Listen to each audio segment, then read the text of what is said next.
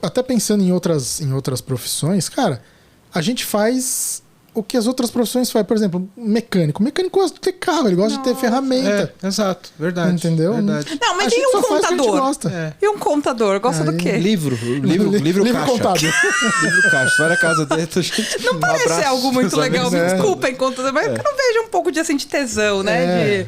Sei lá, o cara tem caneta, calculador, coleção de calculadora. Aí sim. Mas é um cara que não tá vendo o seu potencial no mercado. Por quê? Sim. Imagina quanta startup tá precisando de uns caras desse aí pra falar como que eu consigo me organizar aqui e declarar. Deve ter uns já. Não, aí abriram startup. Sim. Abriram uma startup pra poder ajudar as startups. Não, então. Eu vejo muito essa questão de. Tem gente que ela trabalha porque precisa. E não é problema nenhum isso. Eu sou essa pessoa, tá? Não, então. Não sei se não pareceu. Não, mas eu digo assim, por exemplo, tem pessoas que, isso aqui é legal, eu até gosto de fazer, ou eu suporto fazer isso todo dia por muito tempo, e é isso. E beleza, se paga as contas dela, se ela tá ok fazendo isso, beleza. Mas a gente que trabalha nessa área, geralmente gosta disso, entendeu? É aquela velha coisa, cara. Trabalhe com o que você gosta e você não vai gostar de mais nada o resto da sua vida. Perfeito. Essa é a verdade, disso, tá? Cara, mas se você não gostar, você não aguenta. Não. Até porque, assim, o ciclo de amizade... Assim, é raro eu falar com pessoas que não são de tecnologia. Me relacionar com pessoas que não são de tecnologia. Cara, a gente é escravo dessa coisa. Exatamente. De pensar, isso, os podcasts não contam, hein? Isso é triste. Cara, eu fico pensando, puta, que vida miserável que eu tenho. Eu tô de um domingo em casa, de boa, tomando a cerveja, falo, porra, hoje eu tô com o dia livre e tal. Legal, vou sair pro parque? Vou sair pra almoçar? Mas, pô, sai aquele negócio... Em cinema? Não. Vou fazer um code review. Eu vou soltar um PR aqui. Abrir o meu editor de texto e codar. É mesmo, né? Saiu aquele produto do Google Cloud lá, podia dar uma olhada naquilo lá, né? Vai lá, o trouxa vai fazer o quê? Vai abrir o código, vai portar SDK, vai... Por quê? Exatamente. Porque ele gosta dessa desgraça. Esse é o problema. É isso que eu falo, a gente gosta, escravo dessa porra. Você faz isso num domingo até porque é legal e reclama quando você tá fazendo o teu trabalho que você tem que fazer. Mas, né? Então, mas é porque aí me mandaram fazer. Aí o ponto é que me mandaram. É que tem um detalhe, né? Ninguém tá te pressionando pra fazer isso. Justamente. Não, e muitas vezes você não acredita naquilo lá. Esse que é o ponto, né? É a boa história. A gente tem que chegar com uma boa história, me contar que eu vou também abraçar, vou ter maior tesão de codar aquilo lá. Sim. Mas não me manda fazer um negócio que eu sei que não vai dar certo. Quando você tá trabalhando com um negócio que você gosta e assim, sei lá, uma tecnologia que você gosta, alguma coisa, e numa empresa que faz um produto que você olha e fala, isso aqui é legal. Tesão, Aí, cara, né, você pode estar de férias, você vai querer fazer aquilo. Isso que você falou agora, também de férias. Antigamente, época pré-celular, o que as pessoas faziam? Elas iam pra praia, sentavam numa cadeira, palavras cruzadas. Eu lembro muito da minha infância, minha mãe lá fazendo palavras cruzadas. Sabe? Era aquelas revistinhas que hoje você não vê mais. Né? E talvez o ponto, eu vou codar, não é o codar, é o passatempo. Acho que é diferente você fazer uma coisa porque você quer fazer, porque você gosta, e outra, putz, eu preciso fazer isso aqui, tá um saco e não consigo. E aquela do desafio também, né? Sim. Acho que muita coisa, eu vou resolver isso aqui, putz, não consegui, você vara a madrugada porque você quer resolver. Cara, programador é o bicho mais movido a desafio do mundo, cara. E eu venho estudando muito motivação, eu venho estudando muito sobre isso, de gamificação e tudo mais, e você começa a perceber o que motiva a pessoa, por que ela fica lá horas, por que acontece, o que faz a pessoa ter vontade de fazer e não porque é obrigado. Sabe, muitas vezes você vai fazer alguma coisa que você gosta, mas você é obrigado a fazer, você não faz. Exato. E o programador, ele é muito movido a isso, ao desafio, né? Você pegar e...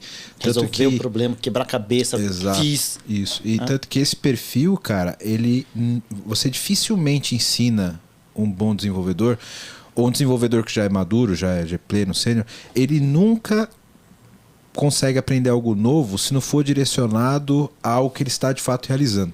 Você não consegue pegar, por exemplo, um desenvolvedor sênior e, cara, dar um livro de uma linguagem para ele, vai ler o livro e falar, agora eu já sei. Não, ele vai montar um projeto que ele vai ser desafiado a utilizar aquela linguagem aplicando em coisas que ele já sabe. Ele termina o projeto, ele vai consultando a referência, mas ele tem que estar aplicando aquilo e ser desafiado a aprender aquilo. Ele não pega um livro ou vê um vídeo e, legal, agora estou anotando quando eu precisar fazer isso. Assim, não funciona assim, cara. O desenvolvedor, ele é movido a task e desafio. Impressionante. Exatamente. Você tem que dar um propósito pro cara, senão... Não sai. Tanto que no começo do desenvolvimento web e tal, fez muito sucesso alguma série de livros, que é monte um projeto de não sei o que lá em linguagem tal. O cara pegava aquilo, ele via propósito, ele ia fazendo e se sentia desafiado. Porque acho que deve ter alguma coisa errada com a nossa cabeça que só funciona desse jeito, cara. Eu tava até lendo sobre isso um tempo atrás. Você falou de tentar estudar ou de alguma coisa assim. Eu acho que principalmente a gente de tecnologia no geral, a gente é viciado em informação. A gente quer consumir informação, seja alguma coisa que você já viu 20 vezes, tipo eu falando pra vocês do Inspiration 4, lá que eu já vi o documentário trocentas vezes. Ou você vai pegar um vídeo novo sobre alguma coisa que você quer saber.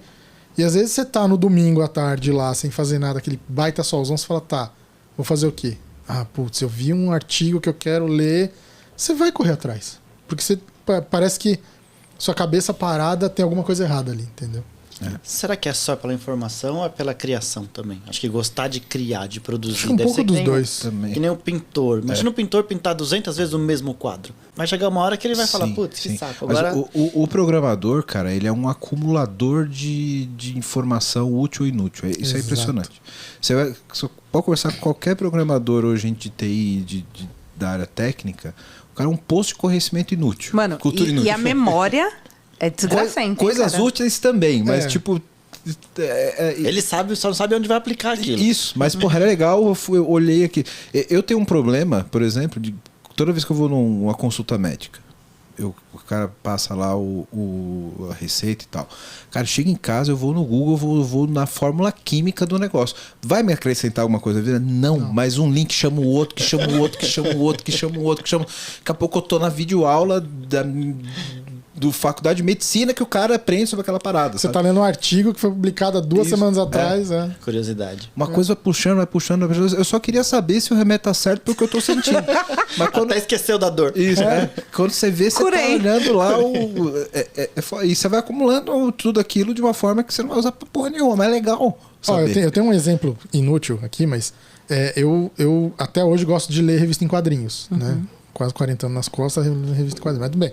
Mas revista, tudo bem. Tudo então, eu gosto muito de Spawn, né? Então, e assim, uma das minhas bandas preferidas até hoje, eu conheci porque eu me interessei pela capa de revista do Spawn, que é um quadrinho que eu tava lendo. Falei, nossa, que legal, e fui procurar lá. Quando eu olhei, falei, mas peraí, tem um CD com essa mesma capa? Como assim? Aí fui, descobri a banda, descobri que o cara era amigo do cara que escreveu quadrinhos, aí eles fizeram a capa pro CD, o cara falava da história do quadrinho no CD, então... E aí começou, né? Pega a biografia. Ele não vai falar o nome da banda, você viu, né? Não. Uma curiosidade aqui da história. Chama Ice the Earth. E é o pesquisar. Dark Saga, The Dark Saga. Sim, muito e bom, ele conta a história do Spawn inteira, assim.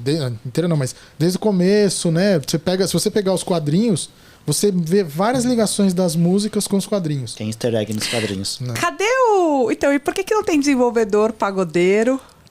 Tem, pior que tem. É pouco, Não. mas tem. É que esse programa Tem os caras que... Tem os caras que escutam sertanejo, assim. Não, isso ok, sabe? né? A gente tem que evoluir. Como você estava comentando da inovação, eu preciso evoluir, né? Não nasceram tantas bandas de rock tão boas. Mas mesmo assim, acho que a maioria da galera, pegando pelo pessoal da nossa faculdade, tudo, o cara não consegue digitar muito ali, né? Eu já li. Bandeirinho. Assim, eu já muito vi... ou música eletrônica ou rock, metal, essas coisas. Então, Mas eu já vi alguns artigos em relação a isso. Tem algumas coisas mais preconceituosas, do tipo ligando a inteligência, etc., que não tem absolutamente nada a ver. Óbvio. Mas eu já vi artigos que ligam a música clássica, metal e eletrônico a uma maneira mais ligada de percepção de exatas, como a cabeça pensa como exatas. Pode existir, segundo esses artigos, algumas tendências, né? Quando você fala de música e de complexidade musical, é basicamente matemática. Sim. Né? Música clássica, aqueles símbolos e tal, que eu não conheço nada daquela porra lá, mas sei que aquilo é tipo...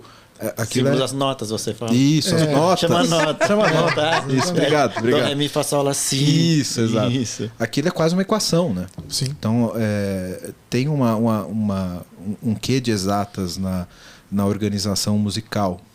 isso pode estar relacionado a pessoas que têm uma afinidade mais com o raciocínio de exatas, né?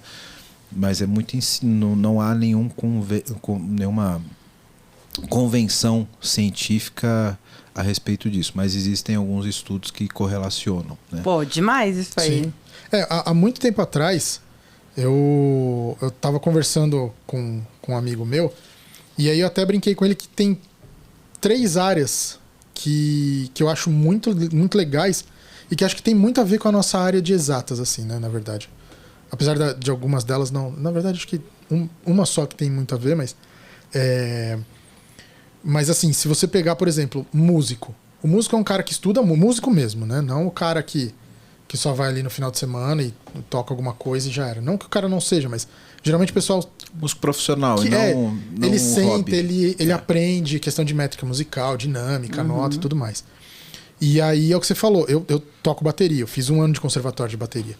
E instrumento de percussão, ele é muito de exatas. Porque você precisa dividir a música em partes ali, e você tem os cálculos de 4x4, 7x8 e por aí vai, né?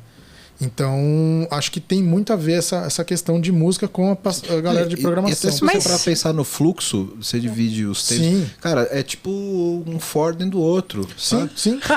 Ué? Mas é verdade. Cara, Mas no samba dá pra também você tem Você faz uma análise de algoritmo. Sim, não, mas eu digo assim, de você gostar do ritmo e não só do que tá por trás do ritmo ali, né? O que eu costumo dizer é que, assim, a gente de rock, de metal, sei lá, até de música eletrônica às vezes, você quer entender o que tá acontecendo ali. Você não só consome, você quer entender o que tá acontecendo. Perfeito. O pessoal, no geral, samba, funk, eles só consomem. Sim. Tanto que assim, eles não se questionam o que tá acontecendo ali. Eles só recebem a música. A música Eu acho eletrônica. isso bem... Não, assim, você tem as pessoas que... Não é querendo ser preconceituoso, Sim, nem não, nada. mas, acabou de mas falar, assim, no geral é mais... O pessoal mais consome. Não é que eles não têm interesse. E tem um aspecto que não inclusive chama fala atenção, nesses entendeu? artigos, que é o seguinte. A música clássica, eletrônica e o metal, não é nem tanto rock and roll, mas o metal são estilos musicais que estão mais ligados à técnica musical. Exatamente. E não ao sentimento musical. Isso tem a ver com a parte mais de exatas, de percepção técnica e não da percepção de emoção. Quando você fala de samba, sertanejo, etc., todos eles têm essas características, mas são músicas que são mais ligadas à sua percepção emocional. Sabe? Inclusive tem as questões métricas de melodia que elas são feitas para te causar uma emoção, né? Não que no metal, no rock não tenham, mas você tem outros elementos ali além da melodia, né?